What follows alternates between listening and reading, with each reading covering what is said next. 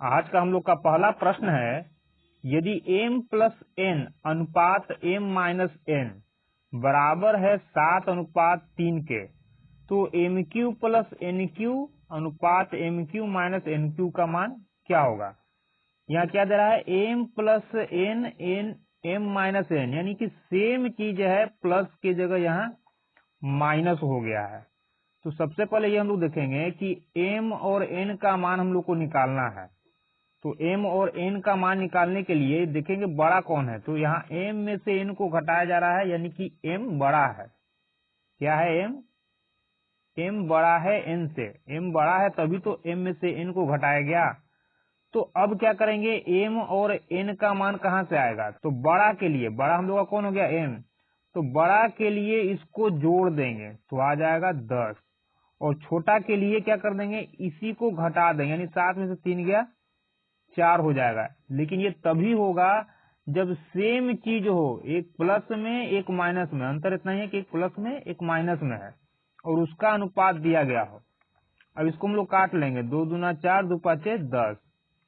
तो m का मान 5 आ गया और n का मान 2 अनुपात में निकाल लेंगे। mq का मतलब 5 का क्यू 125 प्लस nq का मतलब 2 का क्यू 8। सेम चीज करेंगे, यहाँ mq का मान आया 125 और माइनस है, यहाँ प्लस था और यहाँ माइनस है 8। जोड़ देंगे 133 और यहाँ कर देंगे 117। हम लोग का आंसर हो जाएगा 133 अनुपात 117। Answer A. हम लोग का अगला प्रश्न है, 3x प्लस 2y अनुपात 3x माइनस 2y बराबर 5:3, तो x y का मान क्या होगा। तो यहां भी यही करेंगे, सेम चीज है, 3x plus 2y 3x minus 2y, यानी कि 3x 2y 3x 2y। यहाँ प्लस है और ये माइनस, यानी प्लस का मान 5 माइनस का मान 3। तो हम लोग क्या करेंगे, बड़ा और छोटा का मान निकालेंगे। निकालना है एक्स वाई का, तो क्या कर लेंगे हम लोग, 3x बटा 2y का मान ज्ञात करेंगे। तो 3x दोनों में बड़ा कौन है, तो 3x में से 2y जा रहा है, यानी कि 3x बड़ा होगा 2y से। और बड़ा का मान निकालना रहता तो क्या करते हैं हम लोग, जोड़ देते हैं। तो 5 में 3 जोड़ेंगे 8।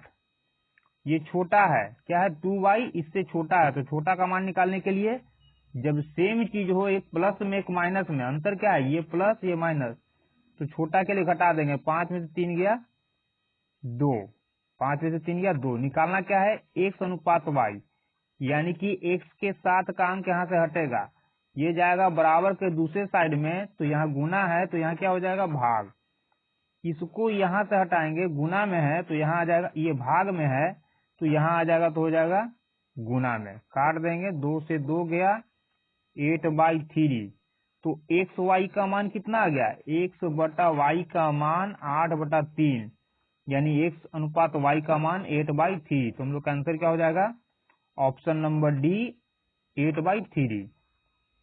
हम लोग का अगला प्रश्न है, यदि AQ प्लस BQ अनुपात AQ माइनस BQ, यानी कि AQ BQ यहाँ भी है, AQ BQ यहाँ भी है, अंतर क्या, एक बार प्लस में और एक बार माइनस में, यानी प्लस वाले का मान ये है, माइनस वाले का मान ये है। निकालना क्या है, AB का मान, A अनुपात B का मान।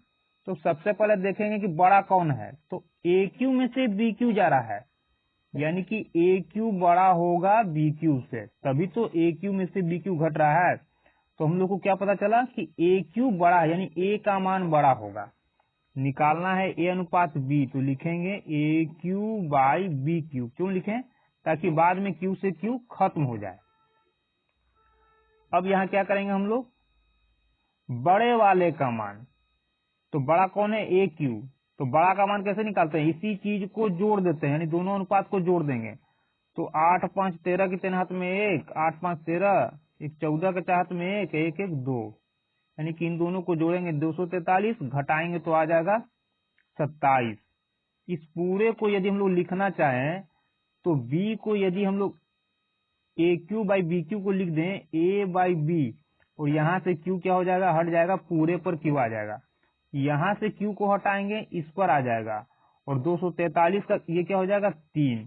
243 का क्या हो जाएगा घनमूल, 243 का होता है 7 और 27 का होता है 3, यानी कि A/B का मान कितना आ गया 7/3, और 7/3 का मतलब 7:3। तुम लोग का आंसर क्या हो गया, ऑप्शन नंबर डी 7:3।